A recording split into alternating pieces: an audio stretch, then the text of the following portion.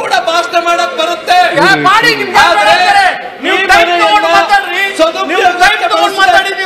ಸಮಯ ಕೊಡಿ.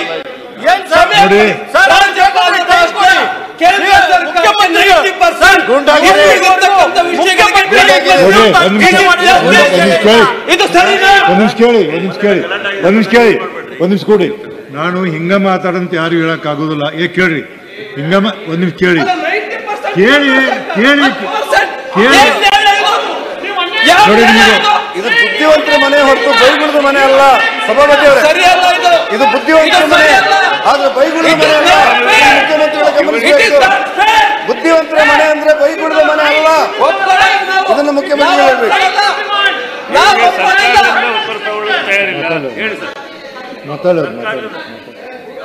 ಕೊಡ್ರಿ. ನೋಡಿ, ನಾನು ಹೇಳ್ತೀನಿ, ಈ ತರ ಹೌಸ್ ನಡೆಸೋದು ನನ್ನ ಕಡೆ ಆಗೋದಿಲ್ಲ. ದಯಮಾಡಿ ತಪ್ಪು ತಿಳ್ಕೊಬೇಡ್ರಿ. ಈ ತರ ಹೌಸ್ ನಡೆಸೋದು ನನ್ನ ಕಡೆ ಆಗೋದಿಲ್ಲ. ಒಂದ್ ನಿಮಿಷ ಒಂದ್ ನಿಮಿಷ ಕೇಳಿ. ನಾನೇನು ಹೇಳಿದ್ದೀನಿ ನೀವು ನೋಟ್ ಮಾಡ್ಕೊಳ್ತ ಹೇಳಿದ್ದೀನಿ. ಬರ್ಕೊಳ್ಳಿ. ಬರ್ಕೊಂಡಾಗಿನಿ ಅಂತ ನೀವೇನು ಹೇಳಿದೆ ಹೇಳಿ, ಎಲ್ಲ ಸಂಪೂರ್ಣ ನೀವು ಮಾತನಾಡೋ ಅನುಮತಿ ಕೊಡ್ತೀನಿ. ಅವಾಗ ಅವ್ರ ಕಡೆಯಿಂದ ಉತ್ತರ ತಗೊಳ್ತೀವಿ. ಉತ್ತರ ಕೊಡೋ ಜವಾಬ್ದಾರಿ ನಂದು. ನಡು ಎದ್ದು ಮಾತಾಡಬೇಡಿ. ನಾ ಯಾರಿಗೆ ಪರ್ಮಿಷನ್ ಕೂಡ ಮಾತಾಡಿ. ಮುಖ್ಯಮಂತ್ರಿ ನೋಡಿ, ಯಾರು ಮಾತಾಡಬೇಡಿ, ಯಾರಿಗೂ ಹೇಳಿದ್ರು ನಾನು.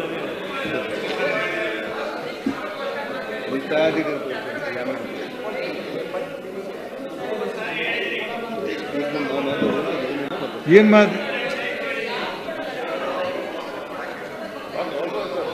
ಮಾನ್ಯ ಸಭಾಪತಿಯವರೇ ಮಾತಾಡ್ಲಾ? ನೋಡಿ, ಅವರು ಚೀಫ್ ವಿಪ್ ಅವರು. ರವಿ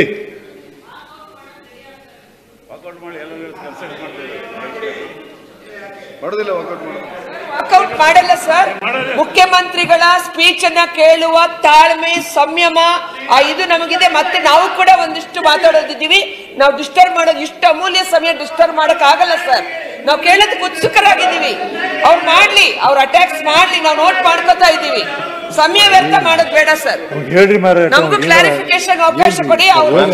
ಸಭಾಪತಿಯವರೇ, ನಂದೇನು ತಕರಾರಿಲ್ಲಮ್ಮ. ತೇಜಸ್ವಿನಿ ಗೌಡ ಅವರೇ, ನೀವು ಕ್ಲಾರಿಫಿಕೇಶನ್ ಕೇಳಿದ್ರೆ ಉತ್ತರ ಕೊಡ್ಲಿಕ್ಕೆ ತಯಾರಾಗಿದ್ದೀವಿ. ನಂಬರ್ 1. ನಂಬರ್ 2, ನನಗೆ ಮಾತಾಡಕ್ಕೆ ಅವಕಾಶ ಕೊಡಿ. ನಿಮ್ಮ ಮಾತನ್ನು ಕೇಳಿದ್ದೀವಿ. ನಿಮ್ಮ ಮಾತು ಕೇಳಿದ ಮೇಲೆ ಉತ್ತರ ಕೊಡ್ತಾ ಇರೋದು ನಾನು. ಮಾನ್ಯ ಅಧ್ಯಕ್ಷರೇ, ನಮ್ಮ ಮುಖ್ಯ ನಿಮ್ಗೆ ಯಾಕೆ ಹೊಟ್ಟೆವ್ರಿ? ನಿಮ್ಗೆ ಯಾಕೆ ಹೊಟ್ಟೆ? ನಾನು ಹೇಳಿಲ್ಲ ಏನು. ನಾಗರಾಜ್ ಕೂತ್ಕೊಳ್ಪ. ಅವ್ರು ಮಾತಾಡ್ತಾರೆ. ಬಯ್ಯಾಪುರ ವಾರಕ್ಕೊಂದು ದಿವಸ ಹೌಸಿ ಬರೋದು, ಈ ತರ ಮಾತಾಡೋದು.